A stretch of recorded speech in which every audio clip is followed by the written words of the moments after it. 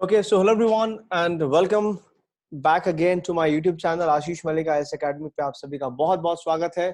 बात करेंगे आज हम ज्योग्राफी के 5 MCQs की। तो दोस्तों ये आपका UPSC CSC 2022 के प्रीलिम्स के लिए हम सारी मेहनत कर रहे हैं और ये स्केड्यूल आप अपने सामने जो देख रहे हैं यही सेम स्केड्यूल हम अगले महीने यानी अप्रैल में भी फॉलो करेंगे। बस उसमें फर्क ये होगा अब से जो हमारे क्विज के टाइमिंग होंगे अप्रैल में वो शाम 9 बजे होंगे, यानी हर शाम 9 बजे एक वीडियो आपके लिए लाइव की जाएगी। तो इस चैनल को आप जरूर सब्सक्राइब करें और अप्रैल के लिए मैं पूरा कैलेंडर आपके साथ शेयर करूंगा जहां पे मैं बताऊंगा कि अप्रैल में कौन कौन से नए इनिशिएटिव्स हम इस यूट्यूब चैनल पे शुरू कर रहे हैं। तो चलिए बात करते हैं आज के हमारे पहले क्वेश्चन की। ज्योग्राफी में क्वेश्चन इज अबाउट इनमें से कौन कौन से फैक्टर हैं जो कंट्रीब्यूट करते हैं मॉनसून ब्रेक्स इन इंडिया। देखो यार, एक मॉनसून बर्स्ट होता है जहां पे आपकी बारिश होती है और उस मॉनसून के टाइम में जब बारिश नहीं होती है उसको कहते हैं मॉनसून ब्रेक। अब आपको बताना है कौन कौन से फैक्टर हैं जो मॉनसून ब्रेक में कंट्रीब्यूट करते हैं। When the rain bearing storms are not very frequent along the monsoon trough, trough यहाँ पे सिग्निफाई करता है आपका लो प्रेशर को। Over the west coast when the winds blow parallel to the coast, तो उस टाइम पे क्या इंपैक्ट आएगा, क्या ये कंट्रीब्यूट करेगा। या फिर थर्ड फैक्टर है जहां पे ट्रॉपिकल डिप्रेशंस होते हैं during the south west monsoon period. तो आपके हिसाब से इन तीनों में से कौन सा वो फैक्टर है जो कंट्रीब्यूट कर रहा है मानसून ब्रेक को लेकर के। अब मुझे आप इसका आंसर बताइए। आपका आंसर क्वेश्चन ए का ए, बी, सी या डी, जो भी आपका आंसर है मुझे नीचे कमेंट सेक्शन बॉक्स में बताएं दोस्तों फटाफट से। अब मैं आपको आंसर देता हूं इस चीज का। देखिए, मानसून ब्रेक का मतलब आपको मैंने बता दिया, ये वो है जब लगातार 2-3 दिन बारिश हुई, फिर ब्रेक आ गया, फिर आपकी 2-3 दिन बारिश होती है, तो बीच में जो ड्राई स्पेल है ना, उस ड्राई स्पेल को हमने मानसून ब्रेक कहा है। थर्ड स्टेटमेंट यहाँ पे बिल्कुल ही गलत है, उसका कारण समझिए। ट्रॉपिकल डिप्रेशन, डिप्रेशन यहाँ पे सिग्निफाई कर रहे हैं लो प्रेशर को। जो लो प्रेशर होगा, लो प्रेशर हमेशा फेवर करेगा, ऑलवेज फेवर करेगा रेनफॉल को। यानी जहां पे ट्रॉपिकल डिप्रेशन होगा, लो प्रेशर होगा, वहां तो जरूर बारिश होगी होगी।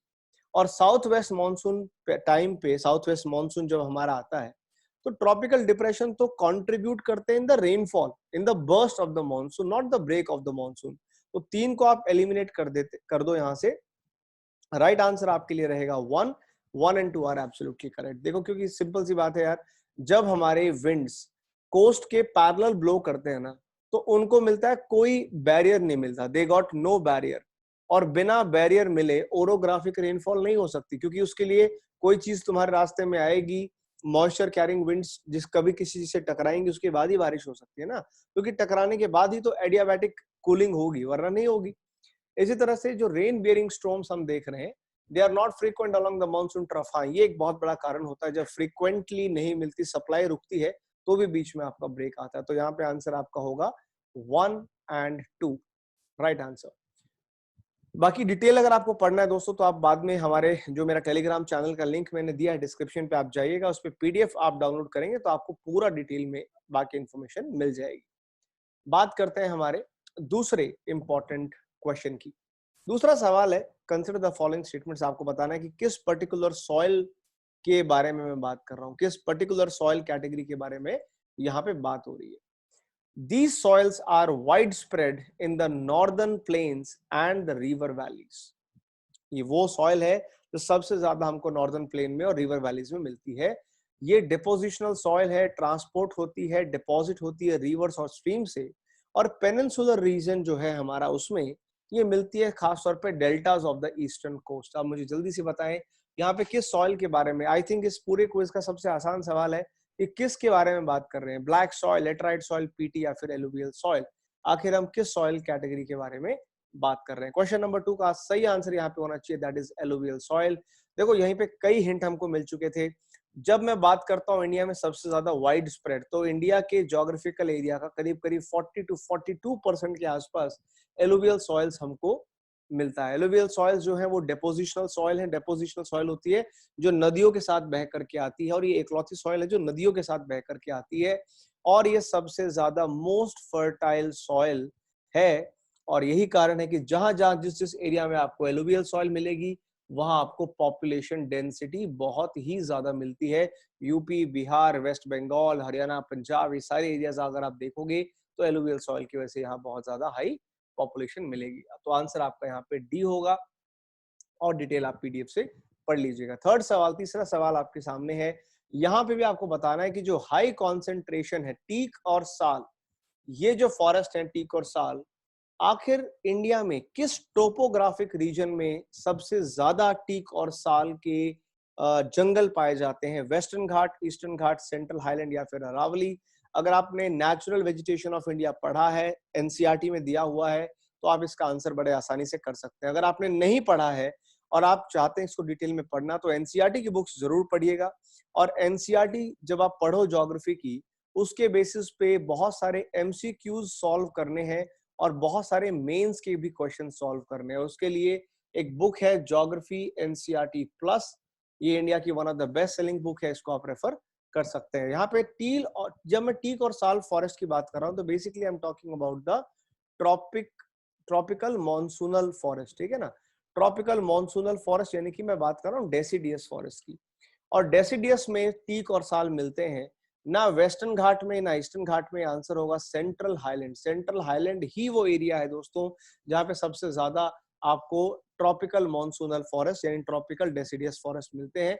वैसे भी इंडिया में सबसे ज्यादा मिलने वाला जो जंगल है वो ट्रॉपिकल डेसिडियस ही है। तो यहाँ पे थर्ड का आंसर आपका होगा सी, ठीक है, याद रखिएगा। सुटेबल टोपोग्राफिकल और क्लाइमेटिक कंडीशन के हिसाब से सेंट्रल हाईलैंड एरिया ही है जहाँ पे पाया जाता है। अच्छा, एक सप्लीमेंट्री सवाल आपसे पूछ लेता हूँ। जब मैं वर्ड यूज करता हूँ सेंट्रल हाईलैंड, तो इसका मतलब, चलो मैं बता देता हूँ, क्वेश्चन छोड़ो। सेंट्रल हाईलैंड में तीन चीजें आती है। सेंट्रल हाईलैंड के अंदर आते हैं आपके अरावलीज, सेंट्रल हाईलैंड में आपके आते हैं विंध्यंस, विंध्यन माउंटेन्स जो है, और आपके सतपुड़ा माउंटेन्स।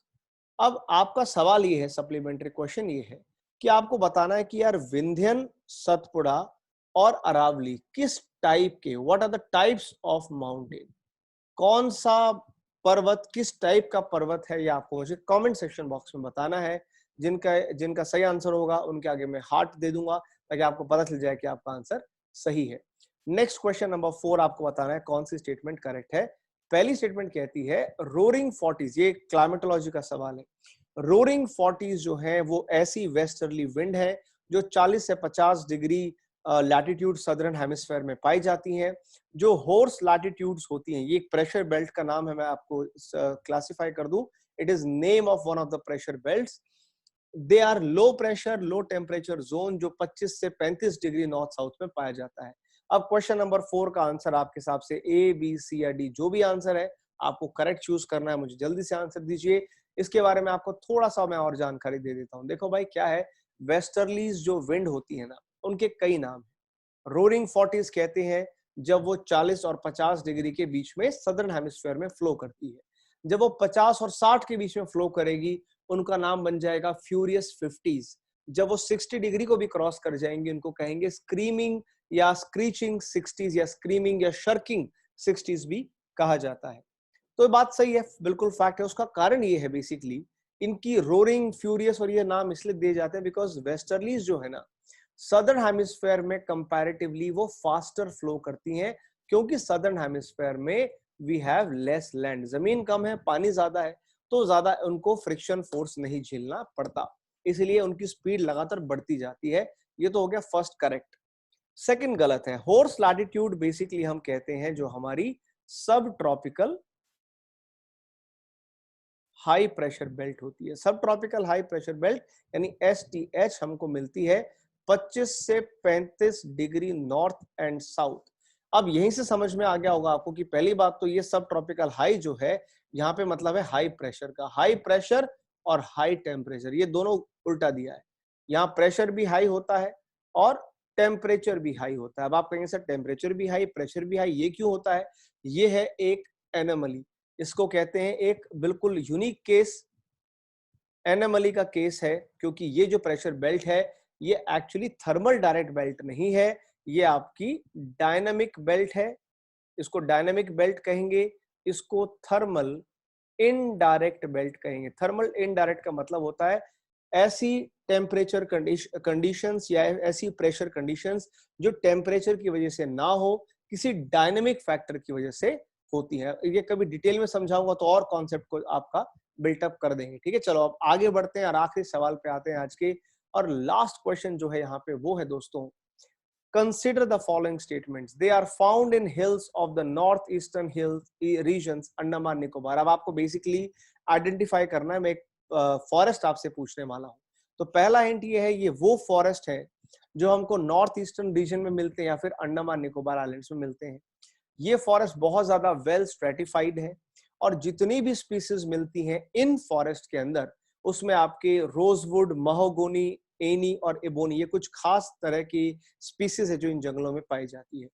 देखो भाई, यहीं पे आप एग्जांपल समझ लो, north eastern region, Andaman Nicobar और साथ में वेस्टर्न घाट्स, ये 3 ऐसी जगह है इंडिया में जहां पे ट्रॉपिकल एवरग्रीन फॉरेस्ट मिलते हैं, क्योंकि इसके होने के लिए कम से कम 200-250 सेंटीमीटर से ज्यादा की बारिश चाहिए, जो इंडिया में या तो नॉर्थ ईस्ट में या वेस्टर्न घाट में या अंडमान निकोबार में मिलती है।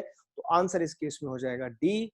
अब आपको नीचे सप्लीमेंट्री सवाल, सप्लीमेंट्री में ये बताना है कि माउंटेन आपको कहाँ मिलते हैं, लिटोरल स्वैम्प कहाँ मिलते हैं और डेसिडियस आपको कहाँ मिलते हैं। और हो सके तो इनके ऊपर 2-2 लाइन जरूर लिखिएगा कि किसकी क्या मेन कैरेक्टरिस्टिक होती हैं। चाहे तो आप इनके इंपॉर्टेंट स्पीसीज के बारे में बता सकते हैं, जैसे फॉर एग्जांपल मॉइस्ट डेसिडियस में हमें टीक और साल सबसे ज्यादा पाए जाते हैं। तो इसके बारे में कमेंट सेक्शन बॉक्स में आप मुझे जरूर बताइएगा। दोस्तों, ये थे हमारे 5 सवाल। उम्मीद करता हूं कि आपने इनसे जरूर कुछ ना कुछ सीखा होगा। अगर आप और भी ज्यादा सीखना चाहते हैं, यूपीएससी प्रिपरेशन को सीरियसली लेते हैं, तो ये 6 बुक्स हैं जो मैंने लिखी हैं यूपीएससी कैटेगरी के लिए। ये सभी बुक्स Amazon, फ्लिपकार्ट पे अवेलेबल है। आप और भी ज्यादा क्वेश्चंस की प्रैक्टिस कीजिए। ये मेरी ज्योग्राफी की one of the best selling book है, आपके बहुत ज्यादा काम आएगी। और मेरी करंट अफेयर की बुक्स आ रही हैं 5 अप्रैल को, तैयार रहें उन तीनों बुक्स को पढ़ने के लिए। बाकी अनअकैडमी के ऊपर मैं अवेलेबल हूँ।